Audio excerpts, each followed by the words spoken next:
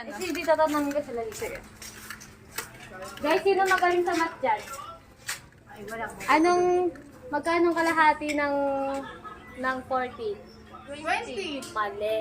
Ano? 30. Ay, tangin na. Oo. Okay. 30.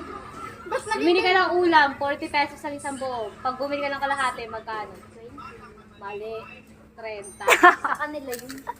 30 boy, oh. 30 yung kalahati ng ampalaya. Kalahati ng ampalaya, magkano? Ba't di mo sinabi yung 30. kalahati ko ba yun?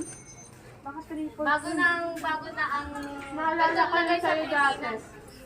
Oh. Yung kalahati na may buhok. Ay, yung pumili naman ako, gulay. Ay, kami Sabi, din. 40 pesos ang isang Sa amin din dati. Tapos tinanong ko, magkano po kalahati? Ay, hindi, 30 na lang.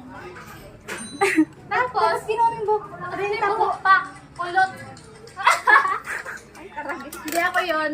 Hindi ako yun. Baka naman nataktak nyo. 30 lang nga, kulot pa.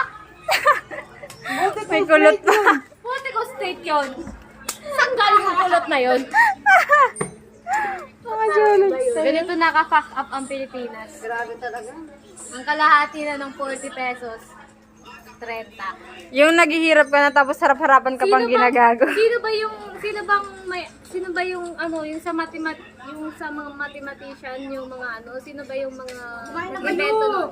Alam ko sino nag-invento Wait nun, lang. mali siya. Wait lang. Mali na siya. Sana walang buhok. Sana walang buhok.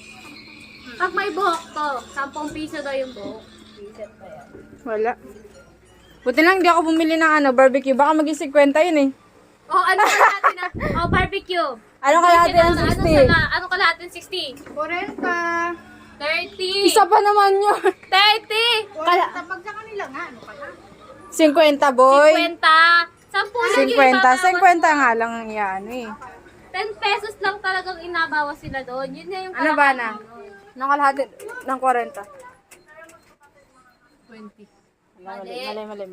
Walang tumama sa inyo. Wala tumama sa inyo, hindi kayo marunong ng math. Silang Hindi may nyo tama. kaya ang math ng mga 30. karinderya. Mali. Ang mga karinderya.